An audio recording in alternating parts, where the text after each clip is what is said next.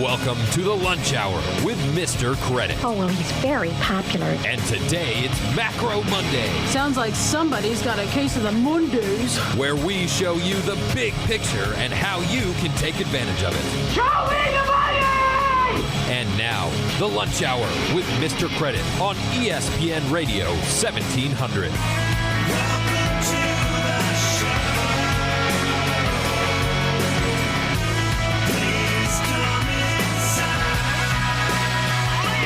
Welcome. Yes, it is that time. It's Monday again. It's Macro Monday. It's JJ in the hot seat on this Monday noontime. It's your lunch hour, and thank you for taking the time during your lunch hour to join us today to help you make yourself a little bit smarter than the next guy. And we always do that by bringing in the right guests for you today. Today, we have a first-timer on the air, a first-timer in this studio, and we will not play any tricks on our first-timer today. We'll save that for the second time, but I want to welcome Michael Salois. Salois. I got it right on the first time. I did practice in my head about 15 times before we just went live, because it's a tricky one, but welcome to the studio today, Michael. Thank you very much. I'm grateful to be here. Well, it's awesome to have you here, and scoot forward just a little. There we go. Perfect. Great to have you here. And Michael Salois is our real estate expert on the show today. Allison James, Estates and Homes. And I'm going to give you his website just right out of the gate here because you may want to just check him out, right? I mean, with all the technology out there, some people like to check us out while we're on air. It's WeSellEastCounty.com. And if you want to check us out live, you can always go to mrcredit.tv and check out the live stream. Let's do a quick little market update on this Monday. So we ended the week on a lot of red last week. I mean, just not that long ago, last week, we were the Dow was over 17,000, or down about 500 points from there. But we are up today, a little bit of green across the board with the Dow, the NASDAQ, and the S&P. The good news on the mortgage rate side of things is that the bonds have held up quite well. We lost a little ground last week right before the Fed's announcement going into the jobs reports that always gets announced the first Friday of every month for the previous month. And the yields started getting pushed up. And what happens, Michael, when that happens is interest rates tend to get pushed up a little bit. So we lost an eighth, maybe even 0.25% rate last week, and we're getting a little bit of that back. The good news is that if you failed to lock in your rate last week because you thought rates were going to get better, and then all of a sudden you talk to your mortgage professional and they're like, sorry, you're not there anymore, and you decided to wait, you've gotten a little bit back. So, but here's my point when it comes to interest rates. Okay. Talk about it every week. You're in escrow. Right? You're putting an offer on a house, you're in escrow, and it's now time to make that decision on what to do with your interest rate. Well, it's not that big of a decision. It really isn't. You're in escrow, it's a 30-day escrow, 45-day escrow. Sure. If you're happy with where you are, don't gamble. It's not a gambling time of the market right now. Right. Interest rates get pushed up quite fast. You lose ground. An eighth goes away, a quarter goes away, and you're probably not going to get it back. So just lock it in, be happy, and worry about the other things that you need to worry about. Now, the good news for those that are refinancing, rates are still phenomenal. And if you have any questions, you can always go to askjjnow.com. And if you need to get in touch with Michael, because I know you're going to want to after the show today, you can do that as well. Give me a call, shoot me a text, give me an email, I'll put you in touch with Michael. So just some local stuff here. And this has been all over the news, and it's in the sports thing. I asked you the question, Michael, before the show, do you go to the racetrack, the Del Mar races? And, right. And you don't, which is fine.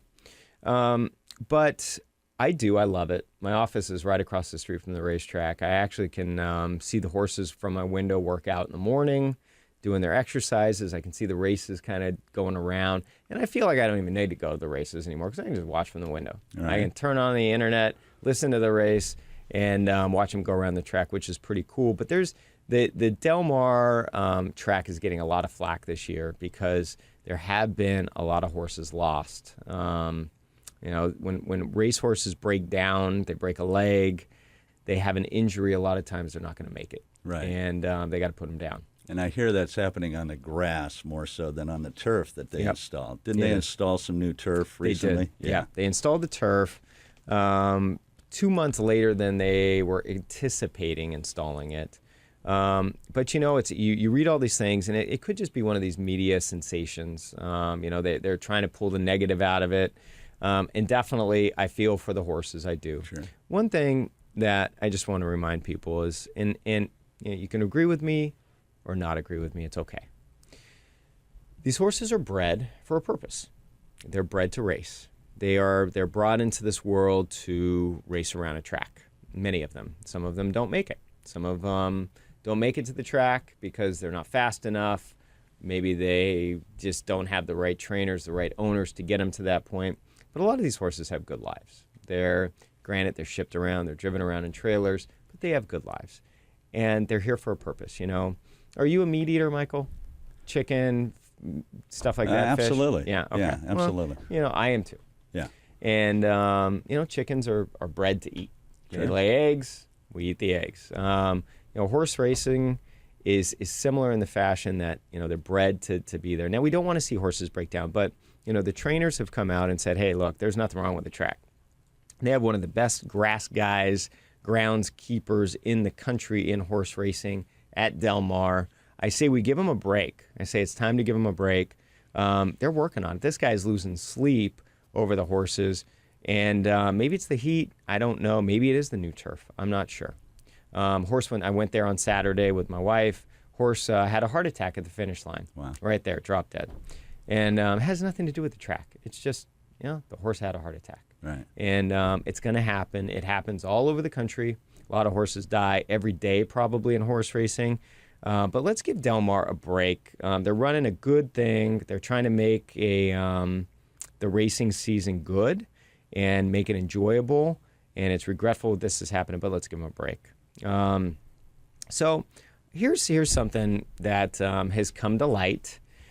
Totally different subject, but, it's, and I don't know if you've seen this news, Michael, but this U.S. doctor who was overseas helping patients out. He's on a missionary mission. Okay. He came down with Ebola. And a lot of people are up in arms about this, but they brought the doctor back, and they're actually bringing a second person back who was over there, but it's Dr. Kent Brantley, who has the Ebola virus, and the U.S. has brought him back to the U.S. for treatment. Okay. Now, a lot of people are up in arms because it's like, hey, you're bringing a potential massive disease that can spread very quickly, very rapidly into the U.S. here. Why are you doing that? Just keep him there. Keep him over where he is. Is there a reason specifically why they're bringing him back for treatment as opposed to sending the best over to help him with the... Well, I think because he'd probably just die. I don't. Yeah, I think that they need to come here. They need to bring him back here. Now, I'm just curious. What are your thoughts? Because I see both sides of this. I definitely see both sides of it. I see. Hey, you're now putting someone on an airplane. You're flying them across the country. There's people on the airplane that he's coming in with. You're picking them up at the airport or wherever they land. You're driving them in the ambulance, taking them to the hospital. And he was taken to, where was he taken? He was taken to Emory University. Okay. And he is being treated by infectious disease specialists. So in Atlanta. Now, what's interesting is that in the ambulance, he was transported in a white suit, completely covered. The people in the ambulance, same thing.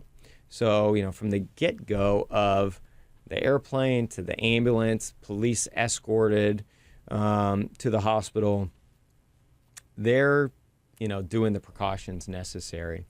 But do you think it's okay to do this? I mean, do you think there's a risk factor of making this doctor being transported across the world and bringing him here? Or maybe you just do the treatment overseas. Yeah, if it were me, I look at it from the perspective of what if my child was in that hospital, and if it were me, I would feel much more comfortable if they were to send over the experts to where he contracted the disease and not transport him over to.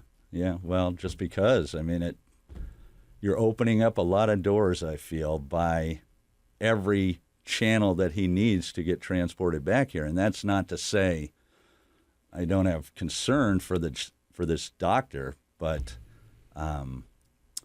if I look at it from the perspective, if my child were in that hospital, I would be a little nervous about it. There would be some sure. concern. And it is amazing. And it's interesting because I definitely see that point because, you get into these hospitals and, people have surgeries and they get infected after the surgery just because of, being in the hospital. Sure. I mean, things happen. You're in ICU and the next thing you know, you're dead because your suture or whatever became infected with something bigger than what you're in the hospital for. Hopefully, the U.S. Centers for Disease Control and Prevention, the CDC in Atlanta, has this under control. I really hope so because they're bringing the second person that was over with this doctor for treatment. And I just don't think that they should be opening this door of just bringing people here because they went on this missionary sort of this mission to help people. Right. And when you do that and you're treating people with Ebola, there's a risk. Sure. There's a risk factor. And when you put yourself into that risk zone, sometimes there's a price to be paid for that, sadly enough. And this doctor has a family, wife and kids. My heart goes out to him and his family as well. But you take those chances when you go overseas. We all take chances. I was in the Dominican Republic in July, and there's some crazy, new disease that's getting spread by mosquitoes over there. Sure. They warn you at the airport. There's a sign. Be careful of the mosquitoes. I can't even pronounce the disease. It's some chukachurulia. I don't even know. It starts with a C. What was it you were doing in the Dominican Republic? Just a trip. A vacation? Just a vacation. Nice. Just a vacation. But you sure bet that I was spraying myself down every chance I got with mosquito repellent. Sure. And even at the resort, they said, "Oh, you won't see a mosquito here." But I was still spraying. It was like my cologne. So you have to take your right. So on this topic, put yourself in the doctor's shoes. And if you were to have contacted something at that point, where would you want to be treated? Well, heck yeah, the U.S. without a doubt. So there's a good argument for both sides. Without a doubt, for sure. I see both sides. Yeah. And I don't. The mosquito virus is not Ebola, but it is in Florida. It's already in the United States, and it's something that people are going to have to sort of worry about. When we come back, we're going to dig into Michael here a little bit because I really want you to know his background and how he's gotten to the place he has in real estate and why real estate holds such a special place in his heart. It's your lunch hour, 1700 ESPN. We'll be right back.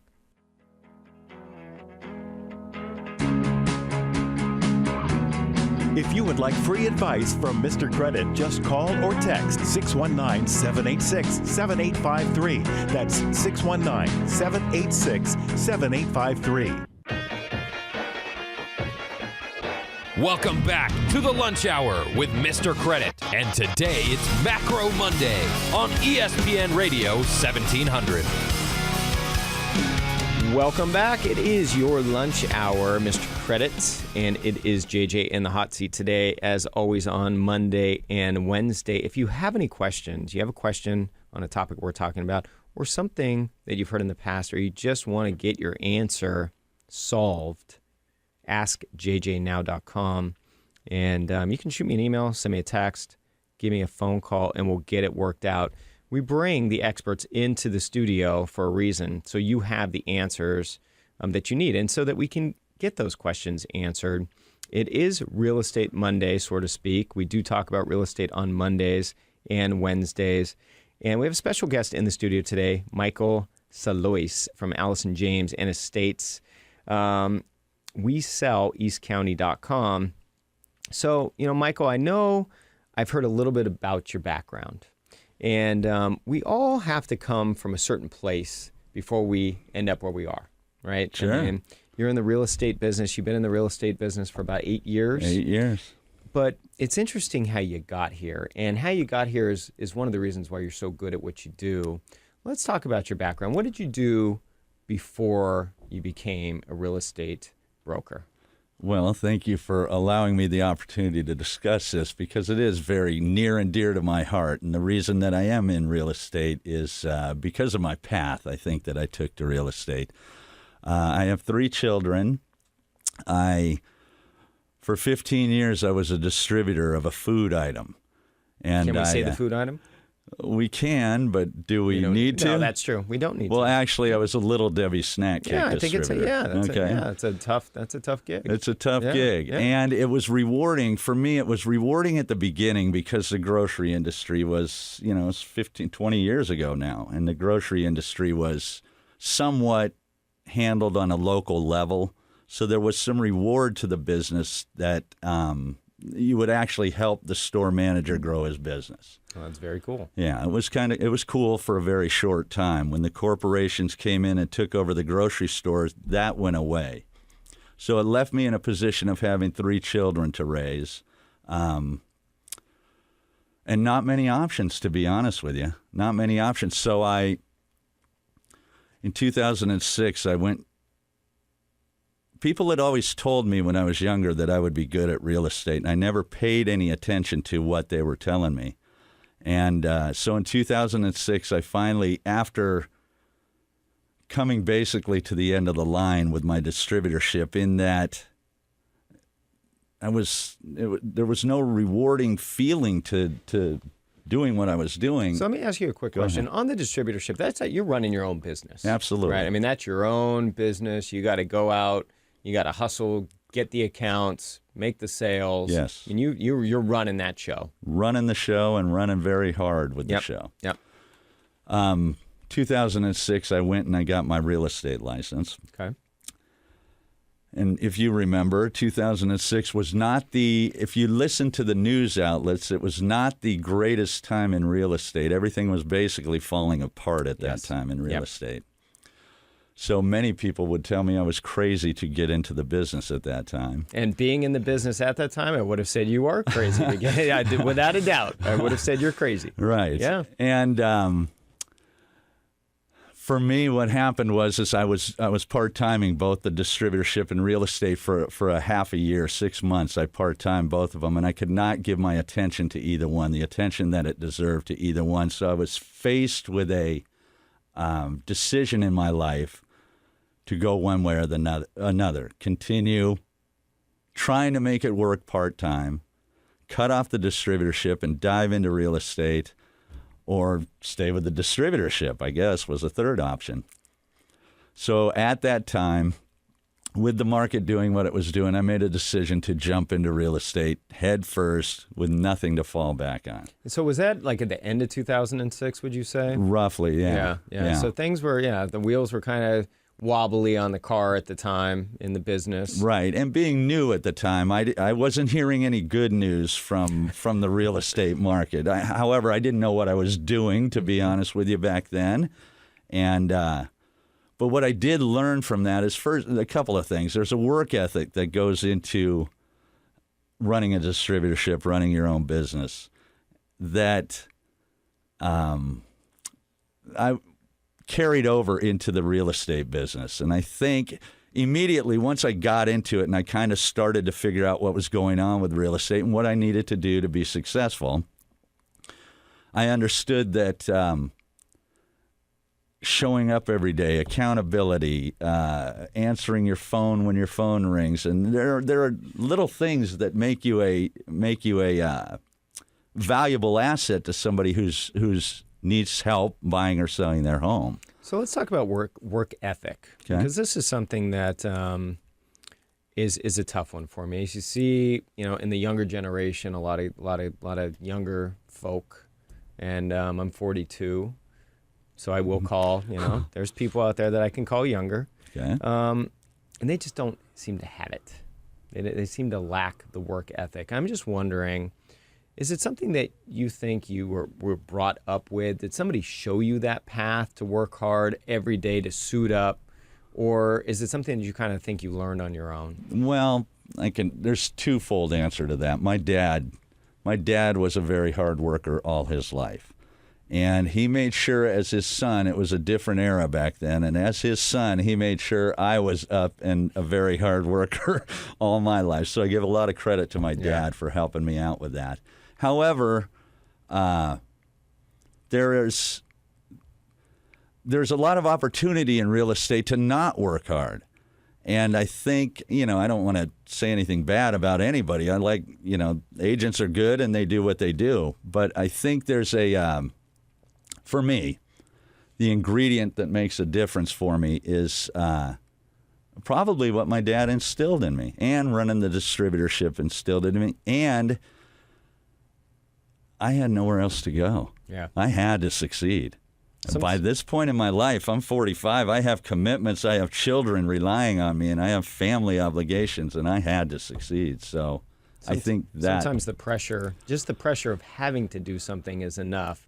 You don't want to put yourself in that, but I don't think I think you probably were given a good path to work hard. That doesn't mean that you have it in you. So you obviously have it in you. Thank you. It's a special feature that when you find it with people, you want to work with them. And this is we're talking to Michael Salois with Allison James Estates and Homes. We sell eastcounty.com.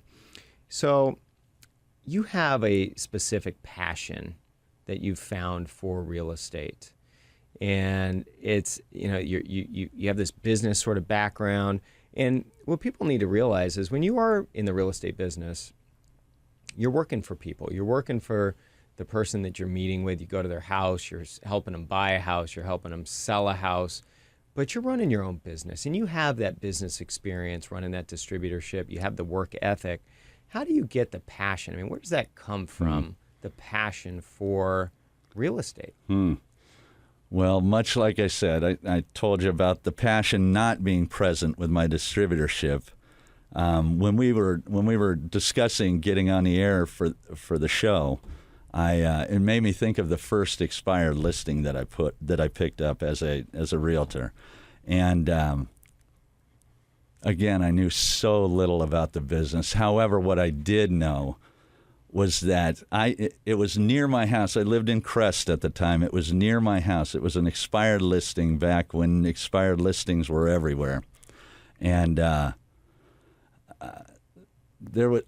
called this lady up, and she had just expired her listing, and her husband had some physical ailments, and she was nervous, she was in pain, she was scared and needed to sell her house. They were getting ready to move back east somewhere, and she had to sell her house. And I went over to this lady's house again, knowing very little about it. However, knowing that I can figure out what needs to be done in this case to help her sell her house. I knew that much about real estate. I could rely on somebody else to help me if I needed. So I spent 2 or 3 hours with this lady, and really real estate never came up. And ultimately, by the end of the conversation, I got to get inside her life. I got to feel her pain of going through what she was having to go through with her husband, having his physical ailments. And I realized right then what a key ingredient, what a key role a realtor gets to play in somebody's life. And you get dropped right into this role. And it's we ended up selling her house and getting her where she needed to be. But it's such a rewarding thing for me to be able to be involved with somebody like that. So. Well, and that's an awesome thing. I mean, this is Michael Salois, Allison James Estates and Homes. And Michael, I appreciate you saying that because, there's not everybody in this business takes that sort of passion with them with every transaction. And people do think of it as a transactional, very business-oriented type of deal. But there's so much more beyond the transaction. You're dealing with people's lives and families and issues, and it's awesome to hear that you get that involved and you have that passion. When we come back, we're going to continue this discussion because we're just digging into your life here, Michael, today. I hope you don't mind. I don't mind but at all. people need to know what they're going to get when they call you to work with you. It's your lunch hour, 1700 ESPN. If you would like free advice from Mr. Credit, just call or text 619-786-7853. That's 619-786-7853. Welcome back to the Lunch Hour with Mr. Credit. And today it's Macro Monday on ESPN Radio 1700. Welcome back. It is that time. It is your lunch hour, Mr. Credit. MrCredit.tv. If you want to see the live stream, you stream in. And we have a special guest today, Michael Salois, Allison James Estates and Homes. He is your real estate expert to make you smarter than everybody else on this Macro Monday. And we're digging into Michael. I mean, not too many times where people come on and they just kind of open up their book of life for me to kind of interview them and to see what has taken them from where they were to where they are today. And I appreciate, Michael, that you are an open book because I think it's important. It's important for people to kind of know who they're working with. And before the break, we were talking about work ethic, your background. You had that business background, really running your own company, the passion that you have for real estate. And I don't see that a lot. Sometimes it's just a job. And I think everybody should have a passion for what they do because when you wake up and you have to do something, you don't have to. You can choose to do whatever you want. But when you have a passion for something, you wake up and you want to go do it. And that separates a lot of people every day. It's great talking with you today. One thing that I know we were talking about on a phone call before you came on was the news and not being a follower in this business. And I think it's easy for us all to get caught up. I mean, we are in the media here. We're on the airwaves today. We're talking to people. And we talk about stories that are in the news. And we go to the CNN.coms and the Reuters and we pull these things from the news, and these are stories that it's newsworthy stories, and it's so easy to get caught up. And I have a story that we might get to that's from our local San Diego paper, and it was in yesterday's paper on housing, and we'll touch on that. But you claim not to be kind of a follower, and what does that mean? I mean, what do you do differently than what you see out there? Well, again, as we discussed in the last segment, there is something to business background that does help me do things that are different from what I noticed I'd end up in a room full of realtors, and I'd see the direction they were heading, and I'd kind of look the other way and see where the opportunity lied by looking the other way. And for me personally, when you talk about the news, I've had an experience in 2003, when the wildfires were hitting, which actually got my home at the time. I had a firsthand experience of what went on in the media. The day after, or a couple of days after the fire, there was a lot of concern from the media. And not that I'm against the media by any stretch of the imagination, but for a couple of days after the fires, there was a lot of concern. There was a lot written about who was being helped, what was being done, and things that are taking place. And going through it from a first-person perspective, I got to see that, what's written over here is not necessarily showing up in what's going on in the fire zone. The truth. So right, truth. So I'm just very careful. It's not that I don't watch the news. It's not that I don't pay attention to what's going on with the numbers in the news. I'm just very careful about what I allow into my thoughts and into my mind because you can. My feeling is you can direct your thinking or you can let somebody else direct your thinking for you. And if I get caught up in a news story, for example, whatever that news story may be, there's a lot of, where is this coming from? Where is this coming from? So that's my opinion of it. And I try to do the same thing with real estate as well. There's a lot of numbers, there's a lot of news, but when it comes down to it, JJ, you are my client. I am here to perform a service for you. That is find you a great house or help you get the most for your house that we possibly can. And the market is the market. The buyers will buy your house if we price it properly. And that is my job and my responsibility for you. And it doesn't matter. I mean, I think what people do forget sometimes is timing, right? They think they're going to try to time something perfectly. Sure. Try to maximize what they're going to get for their house. But when it is time to sell your house, or when it's time for you to purchase a home, prices are going to be what they are out there. Absolutely. You're going to find the right house if you're patient, if it suits your needs. And as a seller, if you price your house the right way to sell, you're going to sell your home, unless it's a piece of crap. Yeah, right? Well, there's plenty who want to pick up those these days too. And there is, and that's let's face it. And sometimes the ones that are the not so attractive home, they still think that it's the best house out there, right? Because it's their home, and I get that. So you're in East County. And I'm curious. I'm in the North County. Okay. Went to San Diego State, so I'm close to the East County. What would you call the parameters or sort of the demographic zones of East County? Of my specific target area in East County? When people say East County. Well, La Mesa, Santee, Del Cerro, I consider East County, and San Carlos, and Santee, and Lakeside, and Alpine, and, Okay. East County. Okay, East County. Yeah. Well, you are an East County expert. And absolutely. It's something we have to bring up because, it is what it is. I mean, your website, says we sell eastcounty.com. And if you want more information on Michael Salois with Allison James Estates and Homes, you can go to weselleastcounty.com and get that information. Now, Michael, you have done something that I love, and you have brought on some listings. Okay. And you have also brought on some properties that are coming to market. Absolutely.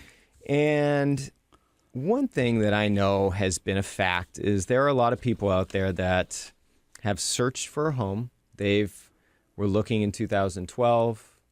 They got beat out by 20 offers, or, they put their offers in on a home and they did it 20 times and 30 times and they got tired of it. And they said, we're done looking. And then they came back to the market in 2013 and they said, let's give it another shot because prices are going up and we're losing out, and let's try this again. And they got offers into places and they got beat out. And here we are. And I know people are reluctant sometimes to jump back in it, but sometimes when you have an opportunity to potentially talk to somebody that has a home that is coming to market, that's not on the market yet. And you're a first-time buyer, maybe somebody that just keeps getting beat out and you just can't catch that break. This is the chance that you might need because you can talk to Michael before the thing hits the MLS. Because once it hits the MLS, it's out there. Right. Right? It's there for the masses. Well, right? And what I would say I understand people got beat out a lot on properties. What I'll say is that not many of my clients got beat out on properties during that time. I had never written 20 offers for a client. And why is that? Tell us why that is. I mean, that's what separates you from those that are writing those 20 offers? Well, I mean, there's somebody who can write an offer for a client, send that offer over to a listing agent, and let that offer sit with the listing agent. Or there's somebody who can be on the phone trying to get every piece of information about that property from that listing agent that they need to put their buyer in the best position to secure that property. And that's what I do is I do the absolute best I can to get through whatever walls may be up to represent my client. This is my job. This is it. Whatever it takes to secure that property for my client is what I'm willing to do for those clients. Yeah, well, and that's it's as simple as a phone call. It's as simple as taking the extra steps that not everybody takes. And it makes life a lot easier for me as well, not having to write 20 offers for a client. Without a doubt. Well, I don't know why anybody would want to write 20 offers for a client, but this all goes back to what we were talking about earlier.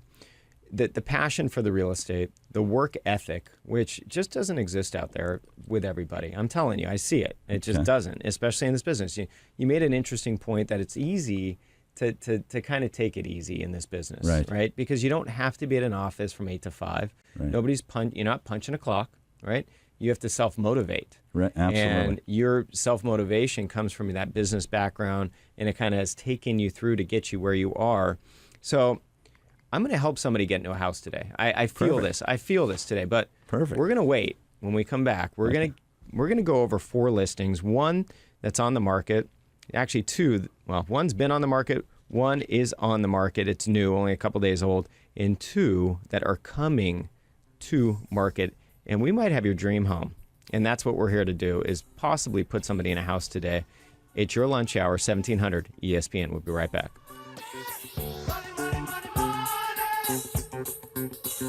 If you would like free advice from Mr. Credit, just call or text 619-786-7853. That's 619-786-7853. Welcome back to the Lunch Hour with Mr. Credit. And today it's Macro Monday on ESPN Radio 1700. Welcome back. It is your lunch hour. And thank you for taking the time out of your day to join us. It's JJ, Synergy One Lending, in the hot seat today. Go to AskJJNow.com. And if you want to get in touch with Michael, our guest today, Michael Salois, Allison James Estates and Homes. And I know you do, because you are going to want to get in touch with him if you've been looking for a home and you haven't been able to get in one. We might have that house for you right now. And it's always interesting to me. It's great when people bring listings on, especially listings that aren't actually on the market, because that is the chance. I mean, you can call Michael today. You can talk to him. You could probably preview one of these homes that aren't on the market and maybe get that leg up over your competition out there, because I'll tell you, at these price points, they're going to go fast. There's no doubt about that, Michael. I think so. Yeah, so let's talk about one that this is a friend of yours property, downtown. You're a Padre fan. You're a baseball big Padre, baseball big baseball. fan. Yeah, I play baseball to this day at my advanced age. So advanced age. Big baseball player. You're playing with the kids out there, you know. Love playing with the kids. You are playing with the I love kids. You're beating the kids. Heck yeah. And if you're going to play against Michael, I can tell you he's got a mean changeup. At least that's what I hear. And it's coming at you lefty style, so be careful out there. But this one is downtown. If you are a Padre fan, it could be the place for you. It's at the Legends, 325 7th Ave. And tell us about this property. Beautiful 2-bedroom property. It's 1,203 square feet, and it's facing away from the ballpark, which means when they're cleaning up around the ballpark, you don't have the lights shining in on your home the entire night. Yeah, it is a benefit. It overlooks the park in the park, so that's a nice feature of it as well. It also is one door out. You're one set of steps out, and you're on the 7th floor, which is the deck where you can go over and watch a Padre game anytime you feel like going over and watching a Padre game. So there is huge benefit for a baseball fan, especially, to go after and take a look at this home, and it's priced really well. It's under $600,000 for the Legend. Is priced very well. So if you have any questions about that, please get in touch with me. I'm going to give you your number out if that's okay, Michael. Sure. 619-417-1954. 619-417-1954, and you can get in touch with Michael on any of these properties we're talking about. But if you are a baseball fan, or you just want to be downtown and get in that scene down there as it keeps growing, that could be a perfect property for you. So this next one, this property is on the MLS. Yes. And it's only been on for a few days, so it hasn't, this is new. I mean, this is brand new. This is a big family home. Perfect family home. Let's talk about this home. It's out in Alpine. It's on a street named Marquand Court.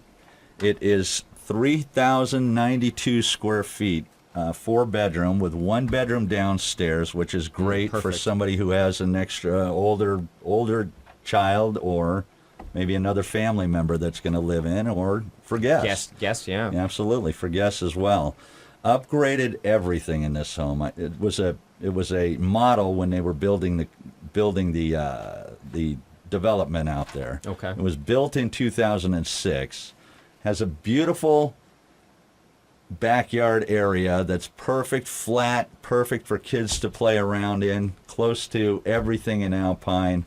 It is listed currently at $585 to $625, which is about $200 a square foot. It's cheap. You can't build a house for that. You can't build a house for that. Alpine right now averages about $227 a square foot. So this is a good opportunity to get into a newer house in a great area, and That's awesome. I mean, and if you didn't hear it, it's over 3,000 square feet. I mean, over 3,000 square feet, $600,000, maybe a little over $600,000. Call Michael today on this, 619-417-1954. Now, here's the time that you've been waiting for. This is the time when you've been looking for a house and you want the inside scoop on it. Here's 2 properties that are not on the MLS. You're not going to be able to search them on the MLS right now or online. You got to call Michael to get the preview of these 2 places. Let's start with the first one. And I don't know, can you say, because they're not on, can we put the address out there? Well, I won't necessarily put the address out Perfect, there, but good. the complex I would love to Perfect, put out let's there. do it. Because the first one I'd like to discuss is coming up at a complex known as Strawberry Hills in La Mesa.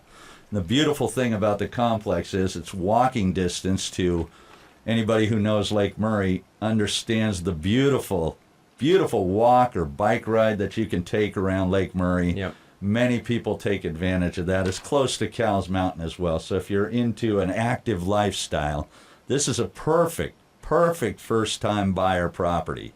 It's a 2-bedroom, 1-bath condo. Okay. Again, it's in the Strawberry Hills complex.